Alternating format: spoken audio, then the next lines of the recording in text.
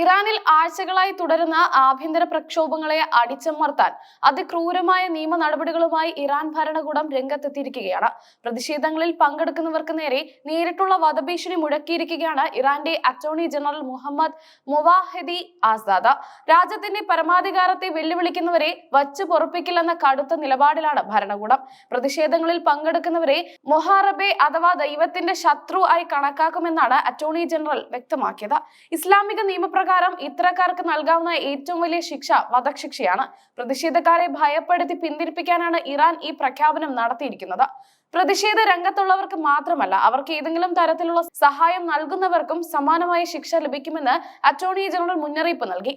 ഭക്ഷണം നൽകുന്നവരോ ഒളിത്താവളം ഒരുക്കുന്നവരോ ആയ ആരെയും വെറുതെ വിടില്ലെന്ന് ഇറാൻ പ്രഖ്യാപിച്ചു കഴിഞ്ഞു.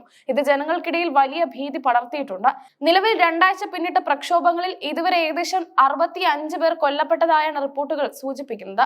ഇതിൽ ഭൂരിഭാഗവും യുവാക്കളും വിദ്യാർത്ഥികളുമാണ്.